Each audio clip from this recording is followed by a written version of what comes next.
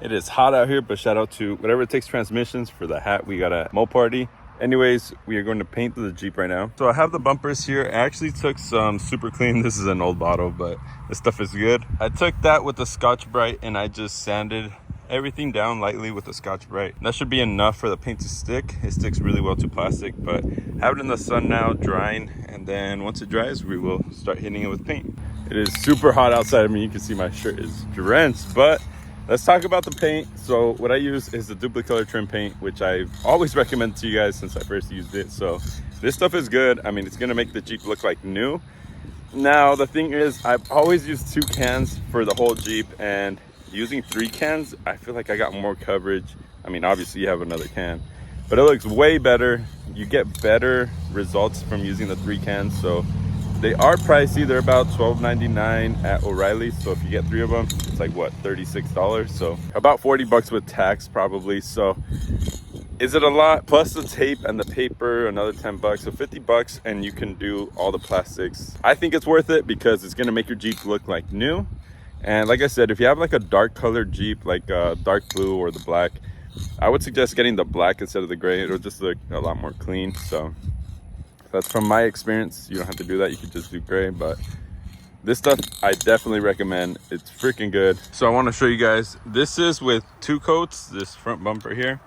Still needs a couple little spots that I need to touch up, but this is with 1 coat there. So you can see the difference of what it's starting to look like. This is pretty much like the old color right there. So big difference for sure. I'm gonna go ahead and finish painting these up, and then I'll show you guys the results afterwards. And before we continue with the video, make sure to check out Najar Offroad. Right now we are offering 20% off and free shipping if you're in the US. We got new beanies like this one that I have right here, Najar Offroad, Explore Outdoors. This is alpaca wool, so it's warm. And we also got new key tags right here, Knock on Jeep on the back. We also have some quick tire deflators and soft shackles, so make sure to check out the website because the sale is over tomorrow on December 1st, so don't miss out. Anyways, let's get back into the video. So I ended up picking up 2 cans, and right now I probably went through 1.5, but these bumpers are done. I just got to do the side pieces that are on the Jeep. I'm not taking those off. So with 2, you could probably get away with it. I would get 3 cans just to be safe, and if you don't use the 3rd one, return it. But this is what you can expect when you do this. Bam, what do you guys think? Huge difference from that to that. Like, I feel like this makes it look clean. If you have a dark car though, I suggest going with the black instead of the gray. Like Chris's Jeep, his is black, and when we painted it gray, it looked all right, but it looked way better with the black paint. So I'm gonna keep putting that bumper on, and then I'll put the front one on, and I might need to go pick up another can for the sides. But it's already looking way better. And now we got the front bumper. Make sure to not scratch your fenders with the edges. There is a little slide clip thing right here. You have to line up on both sides. Oh yeah, that front end looks way better. I mean, look at the front versus the side. The side just looks dead. I don't know, to me that dark gray just makes the Jeep look a lot newer. Doesn't look as old with the dark gray versus the light gray. So now I'm gonna put everything back together, and to remove the bumpers, they're honestly pretty simple. I know I didn't record that, but there's some 10s on both sides. Then we have these clips here, which I just pushed down through the middle with like a pick, and that kind of popped it off. And these, I'm gonna try to reuse them by sticking them in from the inside of the bumper, squish it together, that way it's clipped in again. I don't know if that makes any sense, but if you take them off, you'll know what I mean. And like I said, 2 10s, some clips on the side here, clips on the bottom. And if your Jeep is the older version, the 9901, I believe, the grill is part of the bumper, so it's kind of annoying. There's like clips on the back. You have to make sure those are on and then screw it in, and that'll hold the bumper as well. Now for the rear, it's a little bit different. You have 2 sets of 10s on the back right here. You also have the clips on the side. You have to remove the plastic panel in order to be able to get to those 10s. You do also have some clips on the bottom, and then you have 2 bolts on the sides.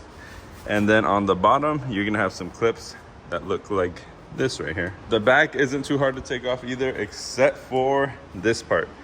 So when you take these bolts out, you're gonna wanna pry it open. And I kind of put my hand here and kind of like try to pry it down as much as I could. There's 2 clips here. The clips you have to press on the top. So I did this one first. I pressed the top, got that one unclipped. I had to use like a hooked pick on the bottom side and I pulled up and that released it, and I had to do the same for the other one. It's kind of a pain, but not too hard. Just be sure not to mess up your paint on the edge. I did that on my green Jeep. So like I said, I'm gonna put everything back together and then probably have to go pick up another can so I can do the sides and have this all done. But it's starting to look good, man. These are the extra supplies that we got. I got another can of paint just in case I might need it. I think I will. We also got this paper roll and we got this tape from Ace. This was like 10 bucks. But that'll be so we can tape off the paint instead of having to remove the plastics and put new tape and all that on there. So this will just be a little bit easier. So the parts we're gonna make sure we tape up is, first we're gonna do all the edges in here. That way we don't get any paint. And then when you open it up, make sure you tape all that too. That way that doesn't get painted. Same with the back end here. Then after that's done, we're gonna do a piece of tape across the top here. And then we're gonna tape the paper on top of that tape. So let's get to it. So it took me about, I don't know, 15-20 minutes. We got it all taped up, every little edge right there is taped up. Now we're gonna put on some paper. All right, we got it all masked up. And like I said, I actually found the license plate holder for the front. And I'm gonna use that to like cover up the wheels as I'm painting. Yeah, pretty much it. Let's get ready to paint it. This thing's gonna look so much better. So we got the first coat down and you are gonna see like tiger stripes or whatever, but that's fine. We're gonna do 3 coats and it should be good after that. It'll look like the front bumper or the rear bumper. Those came out really good. So this is with the 3rd layer and it's honestly looking really good. I'm gonna take the paper off, but first let's talk about some things. This is definitely not a hard job to do and it's gonna make your Jeep look way better. So let me take off the paper and then show you guys the final results. So here is the finished product. It definitely looks a lot better, but I did mess up on this side and I'll let you guys know what I did. So if you look closely on the edge, I didn't tape it up as good as the other side. See, like right there. So what I did on this side versus the other side is this side I tried to tape the edge with the 1 strip of tape, you know.